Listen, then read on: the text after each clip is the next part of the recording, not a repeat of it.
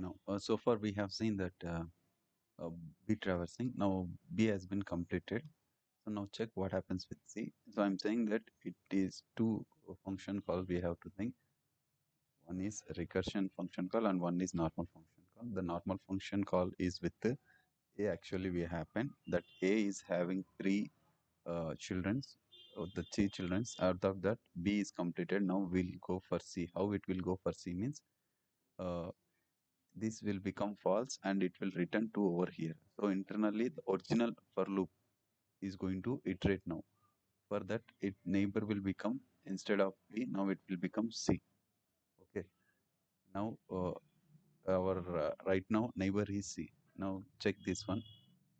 So if you are getting confused, I'll just erase this one so that it will be easy for us.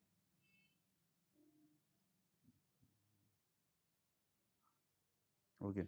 Now the thing that we are having was B is already traversed, C we are having, and D. This is the original function call we are having with the depth of what? 2. Right? Remember that case. Now it will go with the C. Now neighbor becomes C. After neighbor becoming C, it will be neighbor. Goal won't change. But the depth, what happens? Initially it was 2 with the A, 2 minus 1. It will go over here now. So what happens over here? The goal was, sorry, node was now C. The goal was G.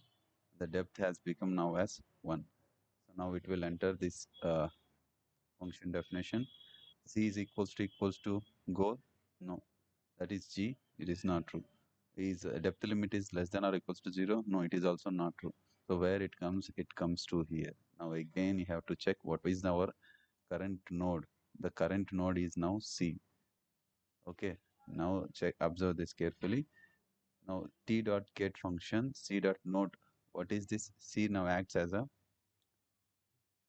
key and G acts as a value. So now this in this list now right will become G. Right now our neighbor will become G. Our neighbor will become G. Now it will find with the DFS neighbor is G and goal is G. Depth limit now it will become 0. 1 minus 1 it will reduce 1 minus 1 and it will go over here. So what happens over here? Node is G, goal is G and depth is 1 minus 1 0 here from here. Now here node equals to G, yes, goal equals to G, yes, it is true. Now where it will return? The function will return to this original calling function, hence it is found to be true and it will return true for where?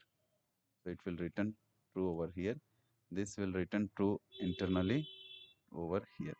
So that's where our program will terminate. This is how our IDS works. I hope it is clear. If anybody is having doubt, you can contact or ask me